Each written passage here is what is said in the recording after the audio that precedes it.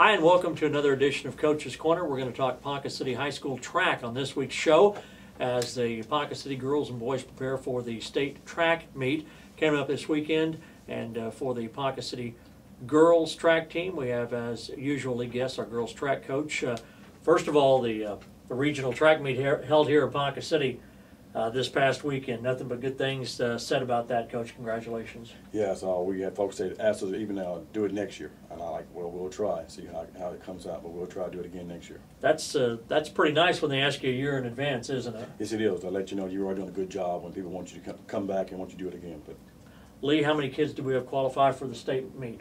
This year we got 5 girls. We're so young with so many freshmen and sophomores. It was very hard to get girls in, so we got 2 seniors and 3 sophomores in this year. So we're a little low, but next year the numbers will be right. I got in Kendall Dawn, who's a sophomore. She's going to be going in the long jump. Kendall jumped 16 feet 6 inches. 6 inches when she's 4th place. Her longest jump this year has been like almost 17.4, so she'll be right in the mix of the top 8 when we get there. And then Sierra Gray, bless her heart, she is a sophomore too, and she ran a 3200 and she finished 3rd in it. She ran a 12:39.64 in it, which is great for a sophomore that really doesn't run 2 miles, but now they stepped up to that distance, and we're very proud of Sierra. I know her dad is too. And then we got Beth Wooler, who was a pole vaulter, which was another sophomore. She did 9 feet. She finished 2nd in the regional, and we're looking forward to her to be our next record holder in Ponca City in the pole vault. She has a chance to break that record. And third but not least is a senior, Bianca Terraz. She was a shot putter, and she threw 32.6. This wasn't her best throw for the year, but it took 2nd in the regional, and we're glad for her. She's a senior. Anytime seniors can get there, we're definitely happy. And the last lady to get there is our high jumper, Courtney Canaston. This is her 3rd year in a row making it to the state. She did 5.2. She's been hurt for the last 4 weeks of the season, so we don't know how high she's going to jump after this week. So she could be 5.4, 5.5 by the time the season's over when we get down there. She's one of the best high jumpers in the state. No one knows about her yet, but she'll sneak in on everybody. You told us a lot this year, though, that it's a young team, and if they made it, great, but you expect big things from your program in the future. Oh, yes. The 8th grade program's got a bunch of young ladies that can really run and jump. Attitude-wise, you know how it takes a long time to get everybody attitude on the same page. We're getting where the kids know that hard work pays off, and that's what we're looking for, right? Hard work, and it will pay off. Now, talk about what happens this week in preparation for the state track meet. All right, this week the young ladies that are going to state, we put them in an ice bath every day this whole week. This is to get their body to relax and get their mind to relax so they can go get through things right, so they won't be so nervous. We'll have a hard practice today, and then after this week it starts tailing off, because Thursday, we leave Thursday even going down to Ardmore. Today you put everything into it you want to get done. Tomorrow you just kind of fine-tune things, make sure they understand where they got to jump at.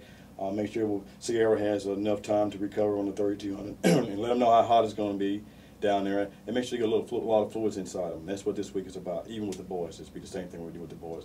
I'll help with the 1600 relay team. So we'll run hard today, and then the rest of the week we'll back off and get them ready. Get the legs all nice and rest up so they can go run. People are certainly by now familiar with the track situation this year, with Coach Gray being injured and not available, and Coach Hibbler taking over. But you and Alan Hibbler are good friends, and yes. I know that you probably have helped him some as far as the boys are concerned as well. Yeah, I helped out with all the sprint stuff. I mean, 400 down, I helped out with that, and Alan had the 800, and Coach Gillen and the rest of the guys did their little spots where they already had. So it was real easy to just transfer right into one group, let everybody do what they got to do. Mac Henry, Coach Mac Henry, who has the 8th grader, when they got done, he stepped up and helped with the relay teams, so he did a good job. It was a team effort to help get these boys, make sure they stay on the right track to get to state. And it's a good deal. We know that Ponca hosts a good track meet. Does Ardmore host a good track meet? Ardmore's one. You know what? When I first came into the coaching track here at this level, Ardmore was the first place I went to, and they had one of the best state meets I ever seen, even when I was running. And they put on a show for you down there. They make sure that the whole town goes out to make you feel like you're welcome.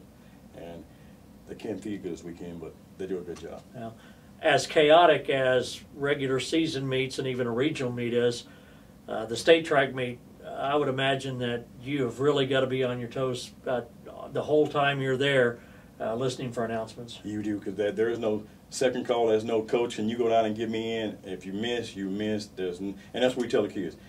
The regional will get you ready for the state. And you want to know that every time that sheet comes out and tell you what time you got to be at a spot, you better be there. Don't think twice about, well, I got time, because time, no, they don't waste time in those state meetings. We're on a time schedule. We got to get it done at a certain time, and that's what they try to do. So we make sure our kids are in the right spot. We have the tent set up down there. We have a tent set up in the same place every year so they can hear and get to the finish line and the start lines and the heating bench. They can get there real quick. Some coaches always around to make sure someone's getting there on time. So you keep them all right in one area so you can grab them and go then? We do. The first thing in the morning you do is the high jumpers and pole vaults got to go early, so you take them to the venue so they can get ready, and then you go back and get the other kids as they need to come run. And it's a little work. We all have to be. When you first get there, we all a little nervous, and then it takes about 3 or 4 hours for everybody to get settled down, and we get ready to go have a good meet. Even though you do have a lot of those kids that won't be participating, do you see a bright future for our track program and girls? I would tell you right now, if we don't get 20 kids in next year, I will be very upset, because we have the relay team set up to do some things next year. We have a lot of individual kids. If we don't have any move, this is what hurt us right here the last couple of years, the move outs. We had young ladies come in that we knew could help us, and they all just they get moved out of here, and then all of a sudden you start all over again. If that don't happen in the next 2 years, you can see Ponca City being one of the top 3 teams in the state in girls track. And I know that's putting it out there, but I'm really thinking that we can be one of the top 3, because we have that kind of talent here right now. That's terrific. Hey, we'll see you in football season, okay? Sure will. Lee Guest, girls track coach on this week's edition of Coach's Corner.